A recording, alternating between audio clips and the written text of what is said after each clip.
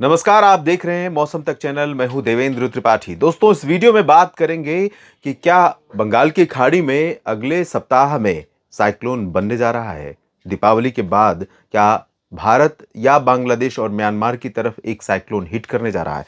अभी अगर हम अलग अलग मॉडल देखें तो लगभग लगभग 14 और 15 नवंबर के बीच में बंगाल की खाड़ी के मध्य क्षेत्रों पर एक सर्कुलेशन का फॉर्मेशन होने की संभावना नजर आ रही है। यानी एक चक्रवाती हवाओं का क्षेत्र बनेगा और इसके प्रभाव से थोड़ा सा सपोर्ट जो प्रशांत महासागर की तरफ से या दक्षिण चीन सागर की तरफ से यहाँ पर दिख रहा है, वो सपोर्ट, वो नमी यहाँ पर पहुंचेगी। और यहाँ पर अगर समुद्र की सतह का तापमान उस दौरान अनुकूल होता है, वर्टिकल विंड शेयर यानी जो ऊपर उठने वाली हवा है वो उस पे वर्टिकल विंड शेयर का डिस्टर्बेंस कम रहता है, और साथ ही साथ एमजेओ अगर यहाँ से गुजर रहा होता है भूमध्य रेखा के पास से, तो साइक्लोन बनने की संभावना बन सकती है। लेकिन साइक्लोन में ये जो एमजेओ है, मॉडर्न जूलियन ओसिलेशन, जो एटमॉस्फेरिक वेव है, ये अभी प्रशांत महासागर में पहुंच चुकी है। तो ये अभी इसको जो भारत का नीचे का हिस्सा है इंडियन ओशन का, यानी हिंद महासागर का, चाहे वो बंगाल की खाड़ी, अरब सागर, उसके नीचे जो भूमध्य रेखा जहां से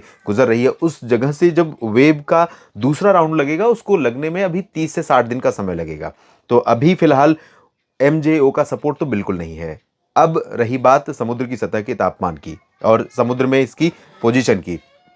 समुद्र में सिस्टम फॉर्म कहां पर होता है, इस पर भी डिपेंड करता है कि उसको कितनी ज्यादा एनर्जी मिलने वाली है, अपने आसपास कितना लंबा समय उसको समुद्र में रहने के लिए मिलता है सिस्टम को, चाहे वो लो प्रेशर बने या डिप्रेशन और डीप। तो अब चूंकि ये यहाँ पर फॉर्म होगा तो वापस पीछे जाके फिर आगे तो आएगा नहीं। तो यहाँ पर जो समुद्र का जो एरिया है वो बहुत बड़ा नहीं रहेगा, बहुत वास्ट नहीं रहेगा, तो इसको एनर्जी मिलने की संभावना कम। दो चीजें ऐसी हो गई जो इसको साइक्लोन बनने की तरफ, इसके साइक्लोन बनने की संभावना को नकारती हैं। एमजेओ का एब्सेंट रहना, यानी एमजेओ की उपस्थिति यहां पर नहीं होना भूमध्य रेखा पर भारत के नीचे, और साथ ही साथ समुद्र के क्षेत्र में इसका लैंड रीजन के पास होना।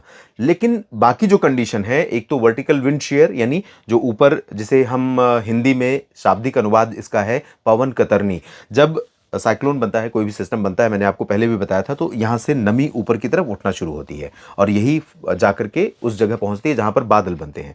तो जब ये हवा उठ रही है, सर्कुलेशन फॉर्म हो रहा है, और यहाँ पर जो इसका वार्म कोर है, जो हीट कोर है, जो सेंट्रल पोर्शन होता है, वो हीट होता है, गर्म होता है। तो ये जब हवा को ऊपर लेकर जा रहा है, तो उस दौरान यहाँ पर हवा कैसी चल रही है, यहाँ इस रीजन के ऊपर जहां पर सिस्टम फॉर्म हो रहा है उसके ऊपर हवा कैसी चल रही है। अगर हवा तेज चल रही है, इसको काटती जा रही है, जिसको पवन कतरनी कहते हैं, वर्टिकल विंड शेयर, तो निश्चित तौर पर इसको साइक्लोन बनने में असुविधा होगी, दिक्कत होगी, इंटेंसिफाई हो ही नहीं पाएगा, क्योंकि उसको एक लंबा समय चाहिए, लंबी एनर्जी चाहिए, लगातार उसको टाइम चाहिए। तो वो वर्टिकल विंड शेयर अभी क्या स्थिति है में है, वो उसके बारे में बाद में बात करेंगे, उसका अपडेट अभी नहीं है।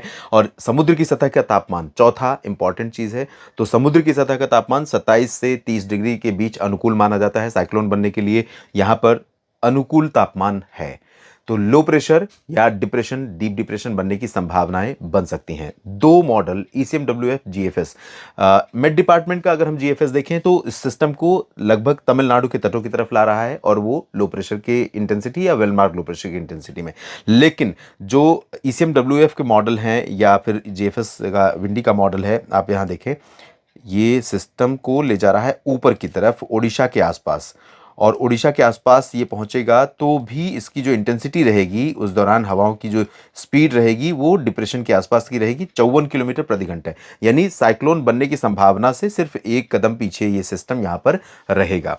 और इसके अलावा अगर हम जीएफएस का देखें, यहाँ का मॉडल, तो जीएफएस इसको थोड़ा सा और पहले यहाँ पर काफ़ी प्रभावशाली बनता हुआ दिखा रहा है। ये है 16 नवंबर के आसपास का प्रोजेक्शन, और उस दौरान इसके जो आसपास की हवाएं हैं वो 53 किलोमीटर के आसपास चल रही हैं। लेकिन जब और करीब पहुंचेगा, और ये फिलहाल 60-65 किलोमीटर प्रति घंटे की रफ्तार से हवाएं इंडिकेट कर रहा है कि चल सकती हैं। और अगर ये साइक्लोन बनता है या डीप डिप्रेशन बनता है, तो इस मॉडल के अनुसार ये बांग्लादेश और म्यांमार की तरफ जाएगा, जैसे हामून गया था। और अगर ये साइक्लोन बनता है तो इसका नाम होगा मिथिली, जो दिया है मालदीव ने। तो अभी कहना थोड़ा जल्दबाजी है कि क्या ये साइक्लोन बनने जा रहा है, लेकिन अगर इंडिकेशन मिल रहा है तो हमें प्रिपेयर होने में, तैयार होने में, सतर्क होने में कोई हर्ज नहीं है। ये सिस्टम अगर साइक्लोन नहीं भी बनता है, डीप डिप्रेशन की इंटेंसिटी में भी रहता है, तो भी ये भारत के पूर्वी तटों को और पूर्वी भारत के क्षेत्रों को, मध्य भारत के कुछ भागों को, कुछ साउथ पेनिनसुलर रीजन के स्टेट्स को प्रभावित कर सकता है आने वाले दिनों में। फिलहाल इस अपडेट में अभी इतना ही। लगातार मेरे साथ बने रहिए, इसी तरह जानकारियां आपके साथ शेयर करता रहूंगा। आप सभी का बहुत बहुत धन्यवाद।